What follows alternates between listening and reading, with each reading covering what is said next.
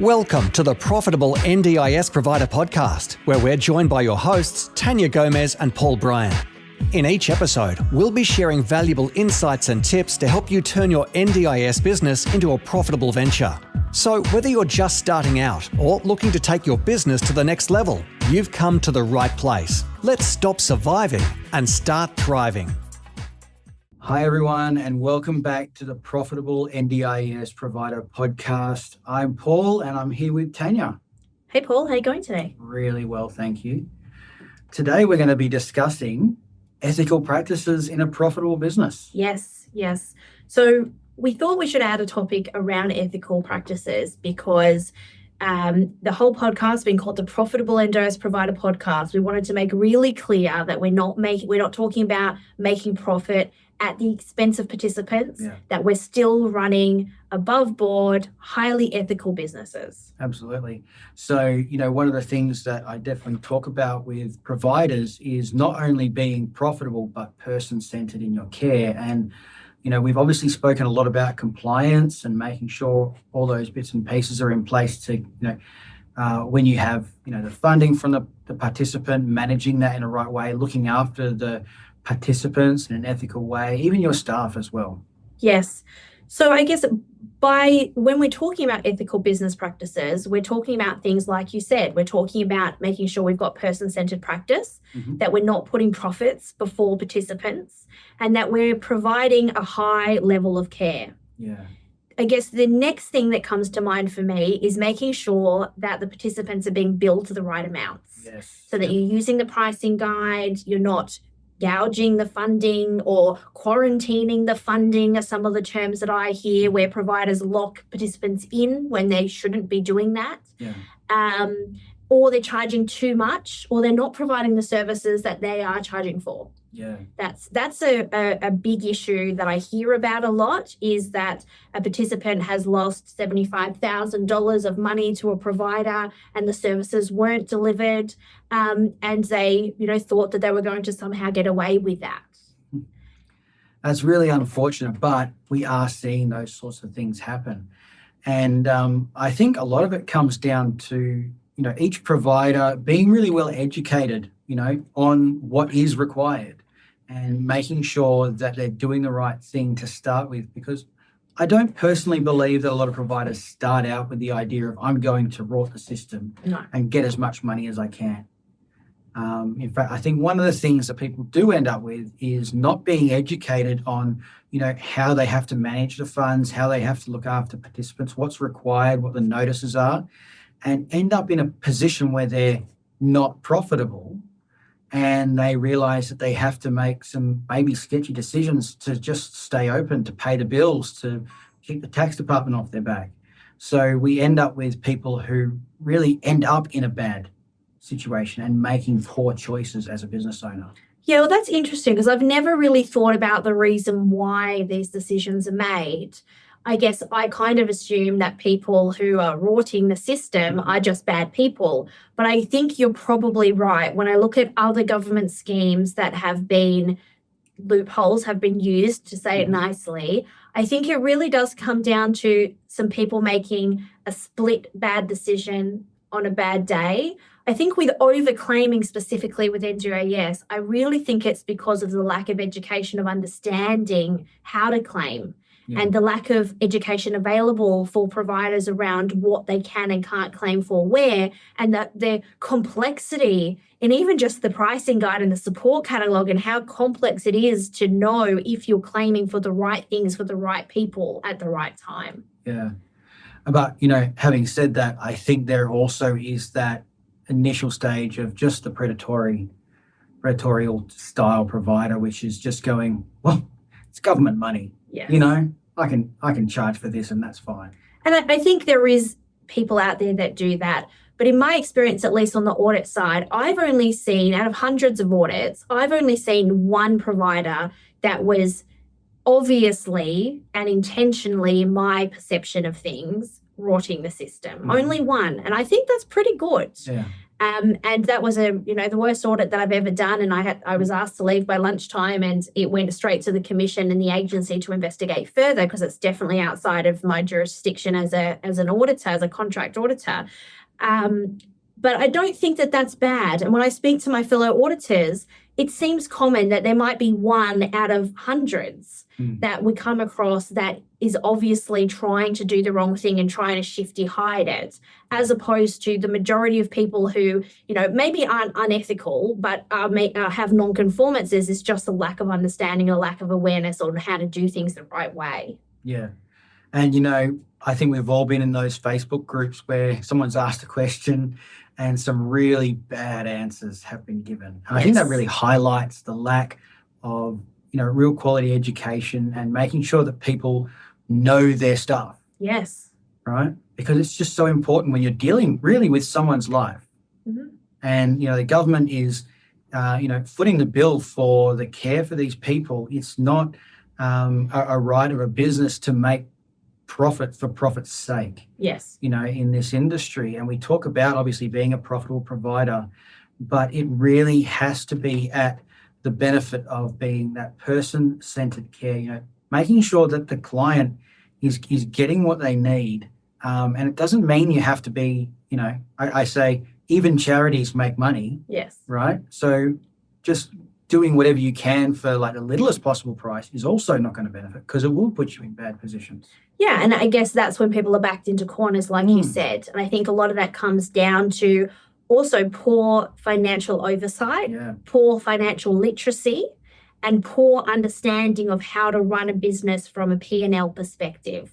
And I know that I had my first business when I was 21, and I can tell you that as a 21-year-old with no idea on so many things, that there was many times that I did not pay my mortgage or I did not pay my car loan because I had to pay staff. Yep. And that's a terrible position to be in. I would not advocate that, but that was all because of my immaturity as a business owner and my lack of understanding of financial literacy and my lack of financial transparency over my business. And I feel like, especially people who are taking more money than they should or fudging the books and getting a lot of trouble for that, it is because they've fallen into that financial hole. And when you feel like you've got the pressure of not being able to pay your home loan or not being able to pay your staff, you're just looking for another solution that is the next worst to not, becoming bankrupt or, trying to get through because that a payment is coming, but a payment's being delayed or whatever it might be. Yeah. Look, do you think it's possible for an ethical provider to still be profitable, while they're, what does that look like? Yeah, I absolutely think it is possible. And I don't just think it's possible, I think it's necessary. Yeah. I think that you can't be profitable if you're not ethical. Well, you can, but I think that the businesses that succeed in the long term are both ethical and profitable, and they go hand in hand.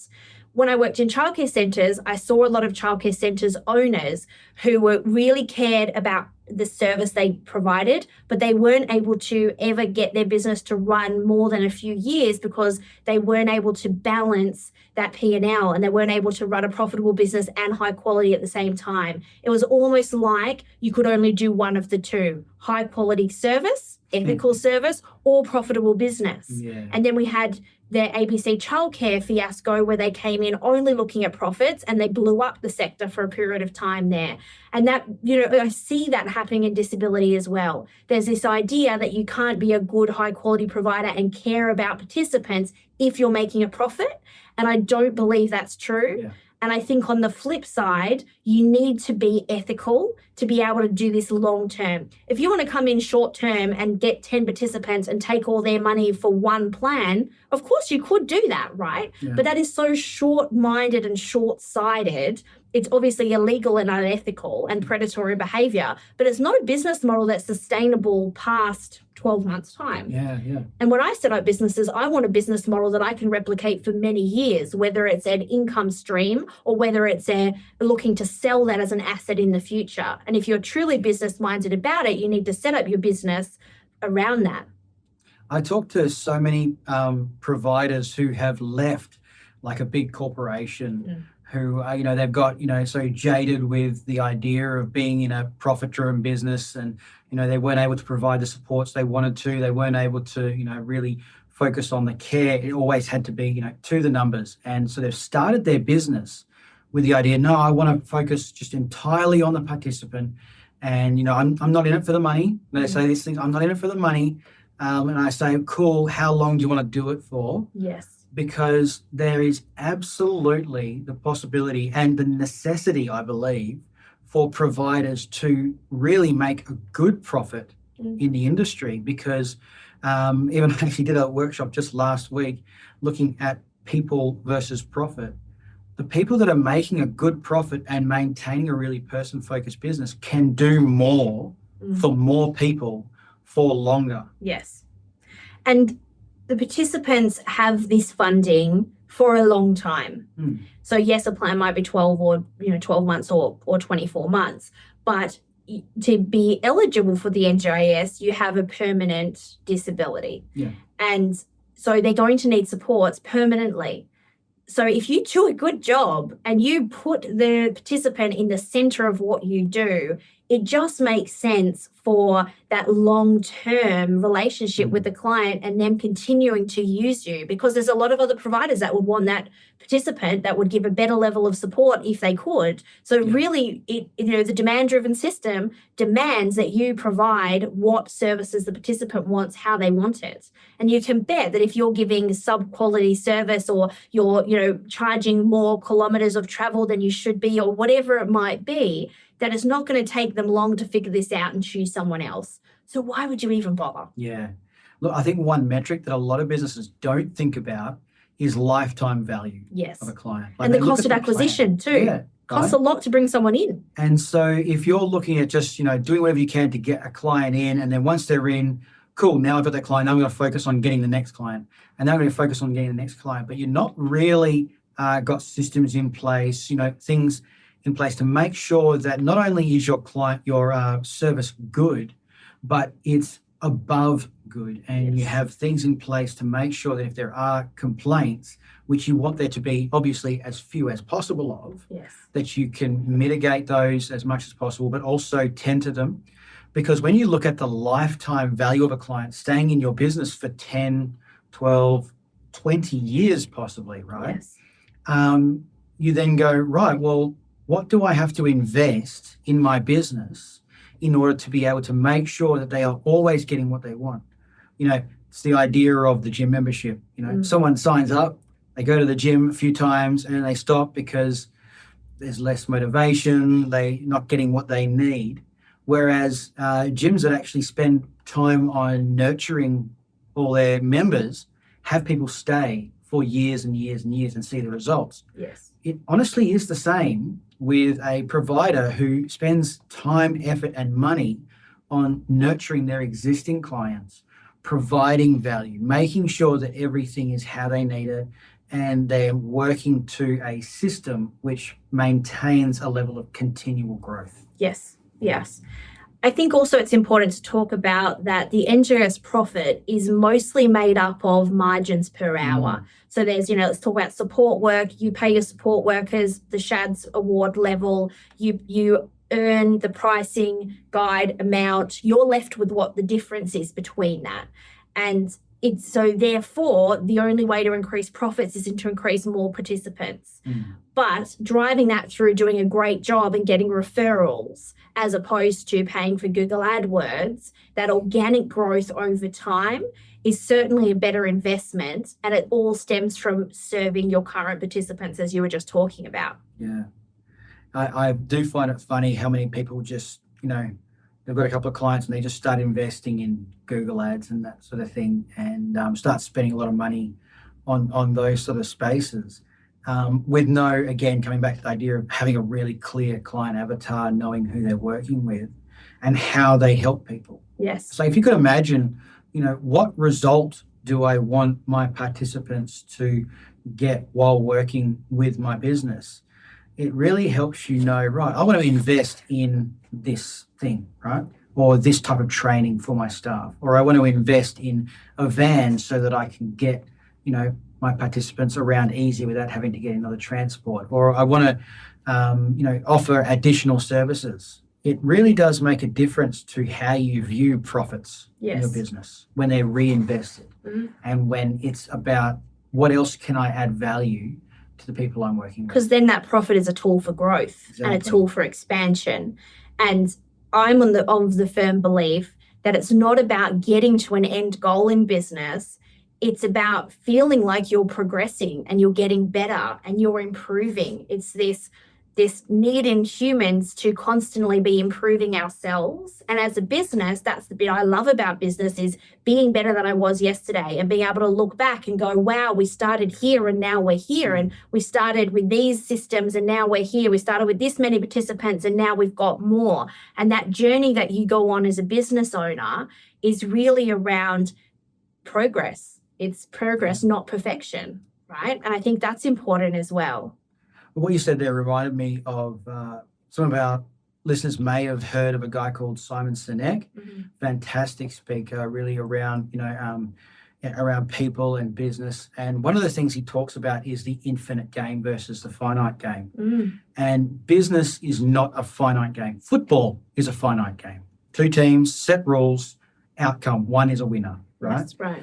Business is an infinite game where there is no win. You can't win in business, because when you get there, do you just stop? Is that the end of it? So the idea of an infinite game is playing to always improve, and always be there, right?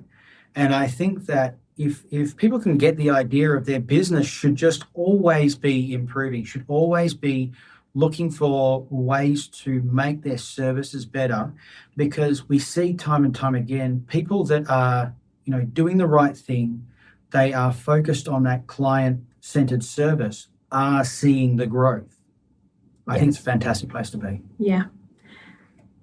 So how does an ethical business make money in the NDIS then?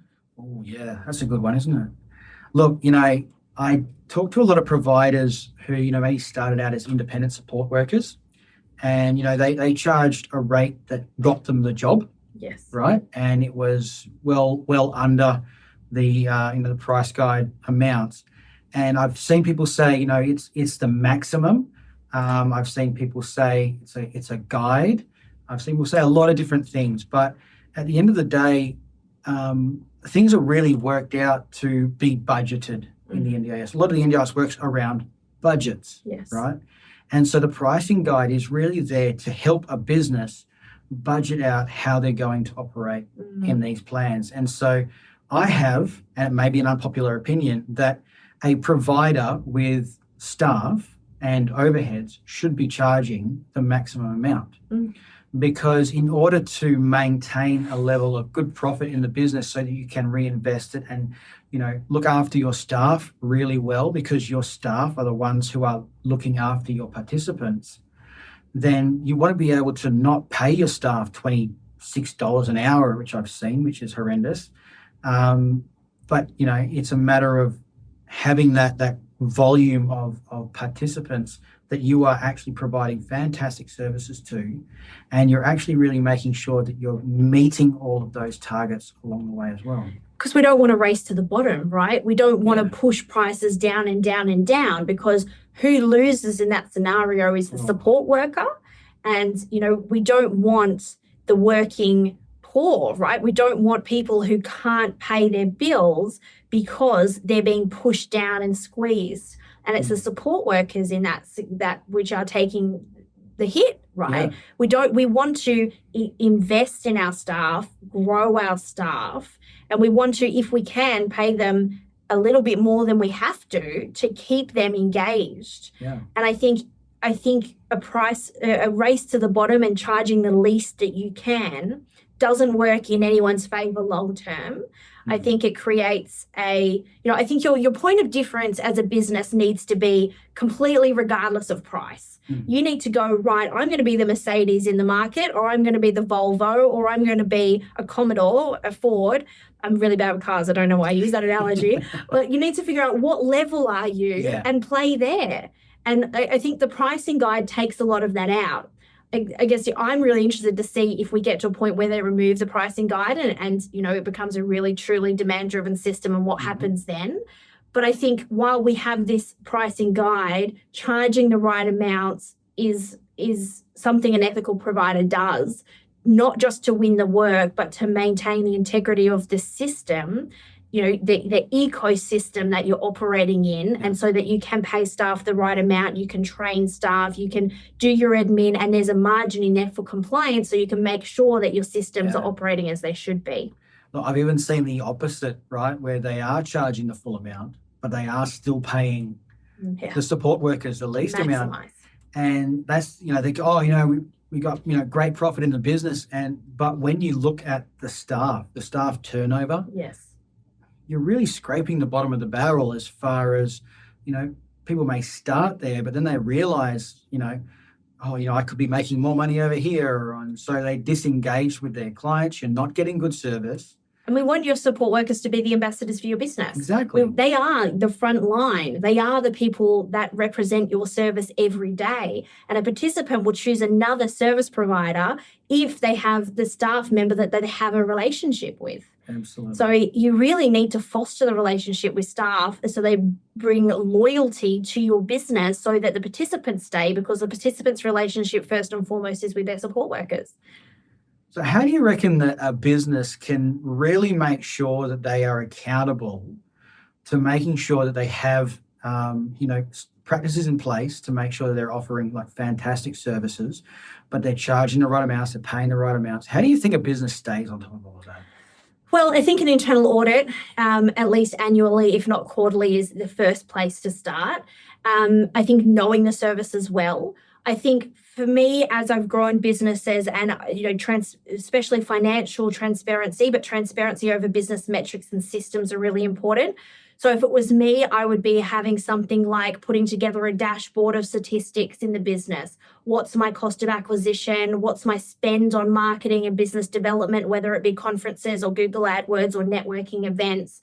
I would want to know what's my occupancy rate, or how many participants do I have and how many support hours? How many workers have I got that are getting the shifts that they want to get? I like doing ENPS, or Employee Net Promoter Score, surveys. I do them monthly and then annually in my business, but doing some kind of staff engagement metric to check on the happiness of staff. And then personally, I think the thing that separates the good from the great is people who consistently and systematically ask for feedback. They ask for feedback from staff and they listen when they receive it. They create an environment where they action suggestions and improvements. It's not just for the sake of asking. And that they ask participants and they involve participants in their decision making. There is a standard in the governance, there is a quality indicator under the governance standard. It's the first quality indicator, so it's 1.1. And it says in there that participants need to be involved in the development of operational and governance procedures in a business. Lots of people don't do that. And I usually try to do that standard last when I'm auditing it, because if I give a non-conformance as the first one, it puts people off. So I usually go to the end and then I come back there. But it is something that 90% of providers don't do. They don't engage with participants in a meaningful way, in a documented, meaningful way, to capture their feedback on what do they want and are they happy? Because your staff who are out there every day and your participants have the answers for why you're not making money in your business. They know where the waste is. They know where the loss is. And if you're only talking to middle management, or you're only figuring it out yourself and you're not asking other people, you're only getting one side of the story, and you won't be able to figure out where the money is being lost or where you could make more money, where efficiencies are. Yeah. I think agree with me. One of the reasons we started this podcast was really to help businesses understand, what they need to be doing, how they need to be operating in a really good way to not just be profitable, but to be person focused, to make sure that you got the things in place to make sure that you're not just making a profit, but you're actually going to be around for a long time. Yes. And as we know, there are obviously changes coming to the NDIS at the moment. We've all seen the news articles and all that sort of thing. How much change do you think, in your opinion, is possibly coming, and is it going to get harder to be an unethical provider? I would hope it's going to be harder to become an unethical provider. Look, I think we won't know about the changes until we've actually seen the bill that goes to Parliament, because all of these things, everything in the NDIS is written into legislation and then written into guidelines. So guidelines can be changed really quickly. So the NDIS practice standards, they change frequently, but the legislation that dictates the framework, such as being able to have unregistered providers as an example, or SDA providers and behaviour support providers having to be registered, those rules are written in legislation. Yes. So to change legislation isn't a small process. It needs to go through both houses of Parliament. It needs to have consultation extensively, or at least they say it needs to have extensive consultation. I don't think it's going to be easy to change the framework, especially on a beast of a scheme that operates nationally, that supports the most vulnerable people in Australia, that has so many advocates involved. I think if they're going to change the legislation, you've got a big lead time to that happening, but they can change all of the guidelines, because guidelines don't need to go through Parliament. So they can change guidelines easily. They could change the practice standards. I know Bill Shorten has a lot of rhetoric at the moment, and I think it's deserved, and I think we need to make changes.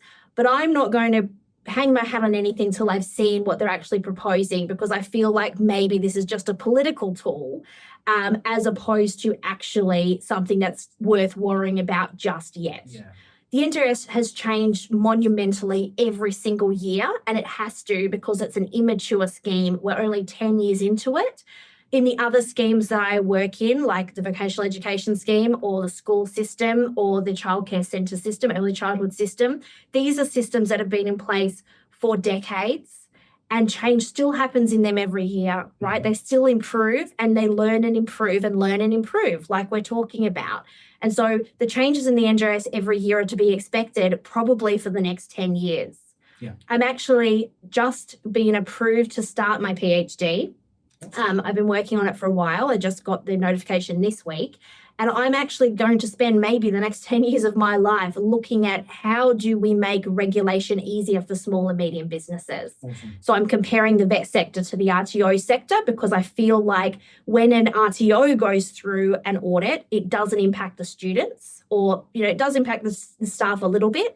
But when a hospital goes through an audit, the patients don't know, and the nurses don't know. They don't feel it.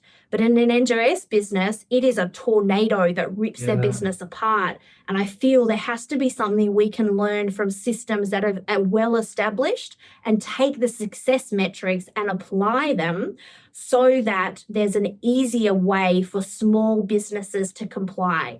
And I'm really passionate about this because I think it's too complex, but also we've got home care rolling in. The home care systems are supposed to go live in July, and over the next 5 or 10 years, they're looking to merge them with NDIS so you can be audited at the same time to support people over and under 65. And that for me is going to be a fundamental difference and a fundamental change, because it's on the compliance side.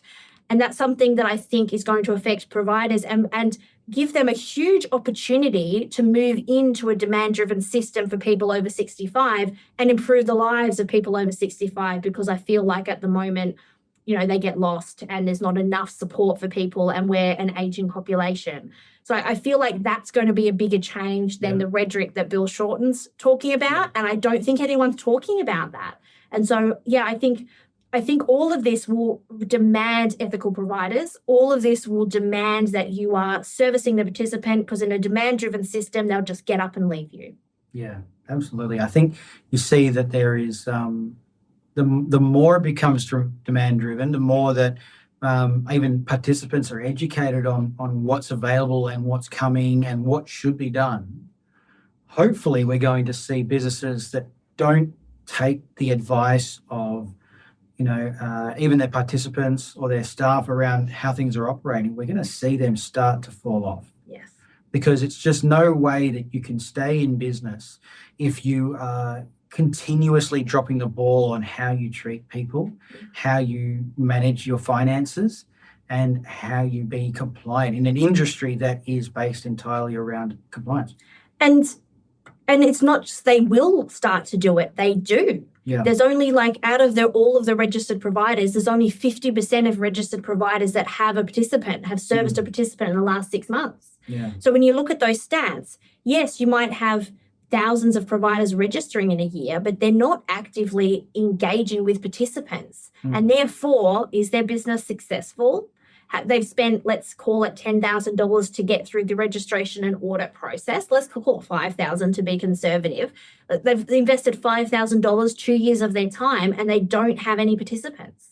How is that working? I mean, it's really clear to me that those participants haven't thought through their marketing plan. They haven't thought through how to attract clients, how to add value, how to demonstrate their capacity in the scheme. Yeah. It's amazing when you get to that point and realize just how many people are registered and not actually operating. Yeah, it's huge. I think that's all for today. I think we've covered ethical providers, and hopefully this gives our listeners some kind of context around how important we feel it is to be profitable and ethical together, and that for me, they're the other side of the same coin. Absolutely. I think that you can see that there is so much crossover between, as a business is really person focused, relying on the growth of their business in how they provide their services and the quality of their service, always sees an uptake in the revenue because people start to come to that business. They're drawn to the business. Word of mouth, we know, is everyone's favorite source of advertising. And that's really how you drive that so much. Yes. Yeah, I totally agree. Now, next week, we are doing an episode with Partail, and we're talking all around finding and retaining staff. Oh, I've heard so many times it's harder to get good staff than it is to get participants into your business. Yes, so that's why we thought this was a must-do episode, because it is. I often hear people tell me that, it's so hard finding a participant, and then as soon as they have their first participant, the next growth hurdle to being able to take their business from 5 participants to 10 or from 500 grand to $1 million is really around how do I find staff? And then once I have good staff, how do I hold on to them for dear life? Yes. Yeah. Awesome. I'm really looking forward to that one. Me too.